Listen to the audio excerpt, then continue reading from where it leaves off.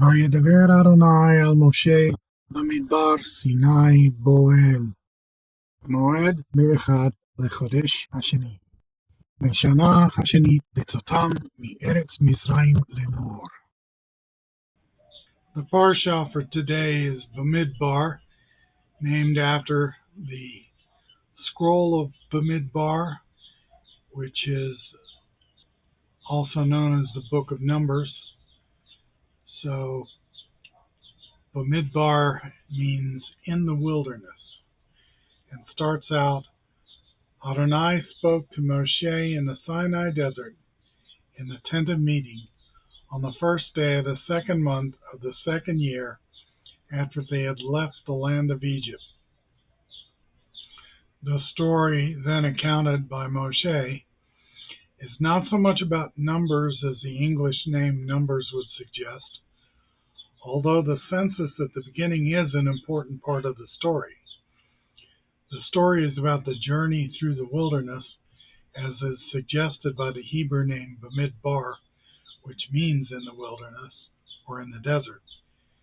Initially, the children of Israel, led by Moses, along with others leaving Egypt with them, went to travel to the land promised by ADONAI, Canaan. Almost everything we know about this trip is in this one scroll. The children of Israel traveled once to Canaan, and due to the report that it would be unlikely Israel could defeat them, according to the majority of the spies sent in, the decision was made not to invade at that time.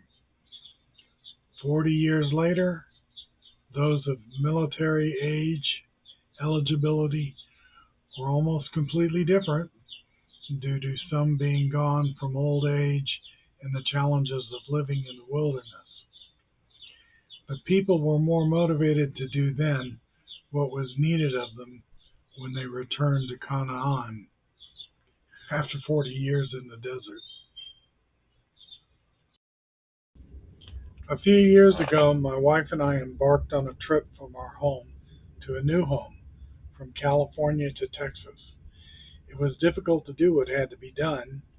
We made multiple trips across the deserts in Arizona and New Mexico. It was hot, and the roads were long and with little to see much of the time. Unpacking at the end of the trip and settling in was also tiring, especially as there was a heat wave going on. It was also a hindrance to celebrating Pesach, which was going on at the time. But we realized that there was something special and appropriate about spending Pesach this way. What better way to honor the memory of the time in the wilderness our ancestors had endured? The memory of this ordeal is also kept alive during another holiday, Sukkot. The children of Israel did not eat as well on their trip, and there were no motels to stay in. While we had gone back and forth from California to Texas, the children of Israel spent most of the time wandering around in the wilderness, putting in faith in ADONAI due to no other help coming for them. I cannot help but be thankful for the problems I have when compared with the problems of the history of my people. Just as they looked forward to the land to come, today we can look forward to a world to come. With all the challenges of the world today, the real challenge may just be preparation for judgment and hopefully redemption.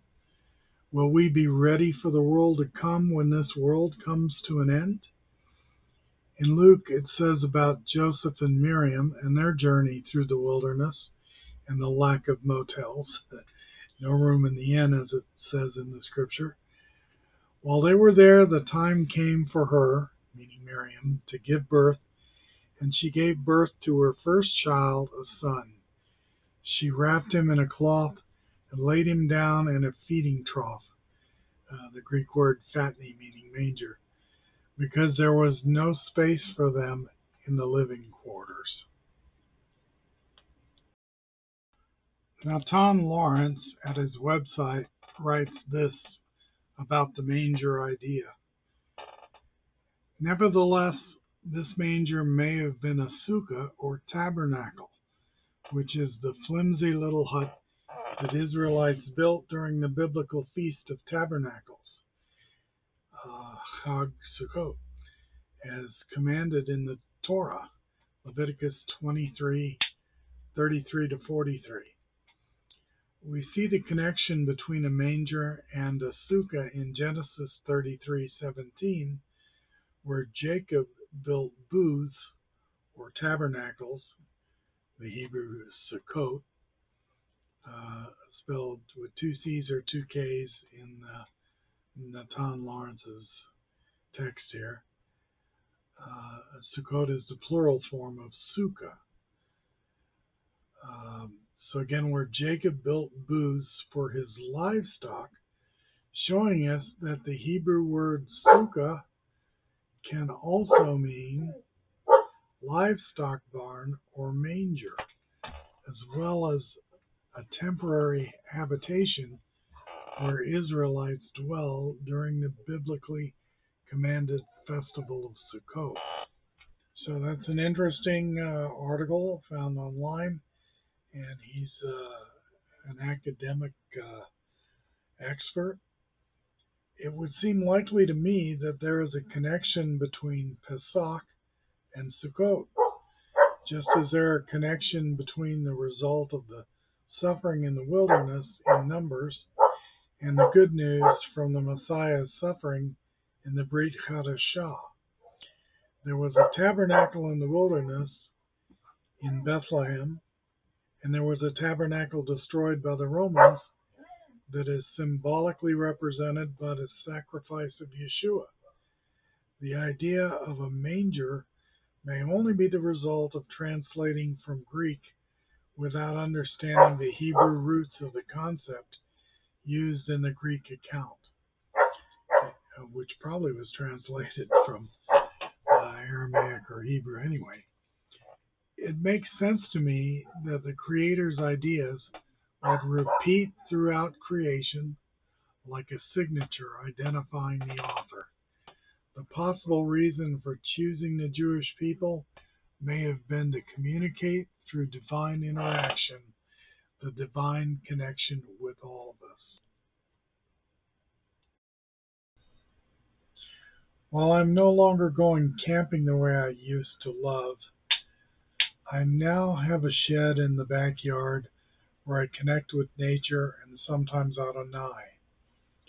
I guess this has been bred into me, but this does not have to be bred into everyone, although possibly other Jewish souls. My shed does a lot to comfort me, but it does not redeem. The sacrifice that was made in the wilderness, in the promised land, and in this redemption sacrifice is available to all in the name of Messiah Yeshua. This new covenant is not a replacement for any of the previous covenants, but rather is better promises leading to the same results for everyone who would believe. However, do not think that it is enough to believe. It is important to show what is believed by what one does. As it says in James, Yaakov, brother of Yeshua, show me this faith of yours without the actions, and I will show you my faith by my actions.